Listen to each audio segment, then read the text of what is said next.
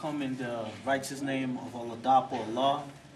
Today's mathematics is knowledge, understanding, all which bones culture.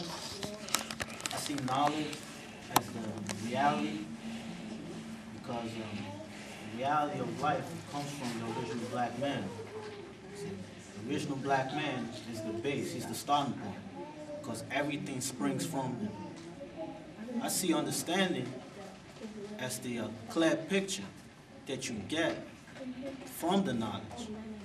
And the only way you get that clear picture is through the wisdom. And wisdom is the manifestation of what you know based on your words, based on what you do, and based on other influences that are around you that will actually promote you to manifest. And now, when you know and understand, what you do is that you're able to see the knowledge for what it is because it came to you. It becomes that light that appears in your mind, which is the third eye. Then once that has happened, now that you see how significant the knowledge is, which is your understanding, then the next best thing is that you have. The next best thing is, what can I do with this knowledge? What does this knowledge cause me to do? That's why it's called your culture. And it calls culture because culture is your knowledge and your wisdom and the understanding that causes you to work, to do what you're supposed to do based on what you've known and seen. Now, the original black man's culture is Islam. And that means that when you act based on all things that are real. See, I'm from the Yoruba culture, and our culture is based on nature. That's basically what Islam is. You know, it doesn't mean that you have to take a particular book or a particular saying that somebody had told you about. As long as you know and understand things from your viewpoint and it's based on reality, that's Islam right there. So why is it that the original black man's culture is Islam? Because he knows, he's able to see how significant this knowledge is, how it's beneficial, how this knowledge is, it's part of him. It's the same thing as who he is. When you look outside of you, the same composition that you see on the planet Earth. You know, 70% of the planet Earth are made of water, and about 30% made of land. It's the same percentages that you see in the human body itself. The same amount of the oxygen being 21% in the cipher is the same thing in your cipher, which is the human body. So once you now start to learn outside of you, then you know who you are. Then there's no way that you could be tricked. There's no way somebody could tell you something ain't, because you see it for what it is. And once you see it for what it is, you have sight now. Then you can be able to move and walk and do all those things based on what the knowledge tells you to do. That is why the original black man's culture is infinite, and it says so in the Born Degree that the Nation of Islam has no set birth record. It has no beginning nor ending. It is older than the sun, moon, and stars. This is how you're able to know that you and everything that's around you is infinite. That's how you know that you're always going to be alive. You know, when you give birth to your children learn, they are your manifestation of who you are. Your ideas, your values are carried on by your children. So that's how you know that you do these things, so that you can make everything constant. That's why culture is a continuum.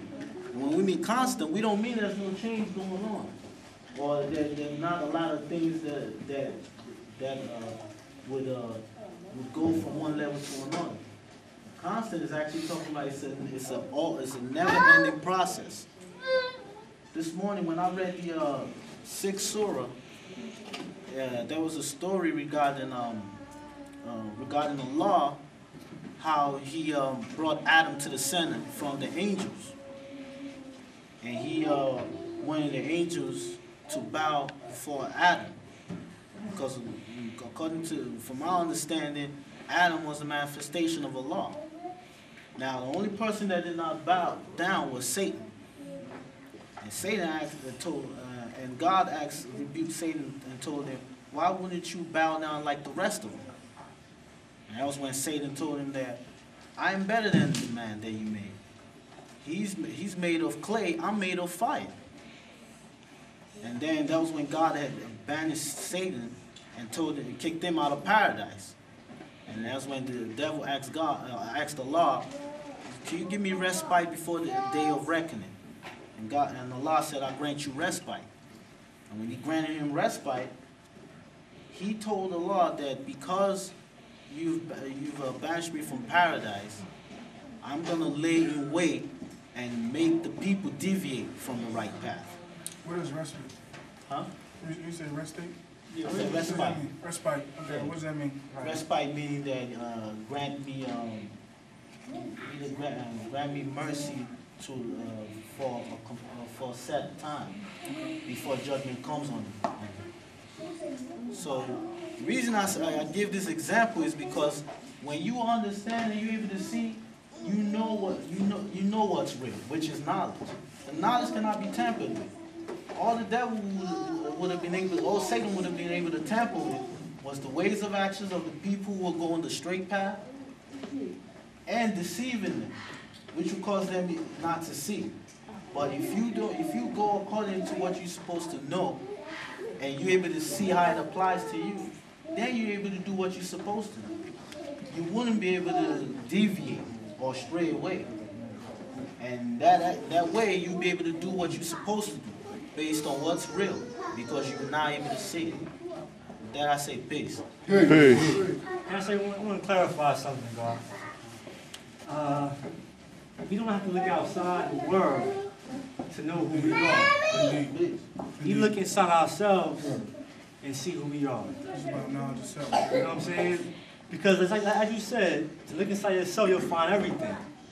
And also, that's how Yaqub recognized the negative part in that cipher. That's Satan. That was Satan. That nerve that flows to your spine, as is spoken about in regards to Seth, who controls that spinal cord that goes to your silver cord, that causes a person to want to go other than righteousness. You know what I'm saying? So we look inside ourselves to know how to deal with ourselves, to control ourselves, and stay in peace. Peace.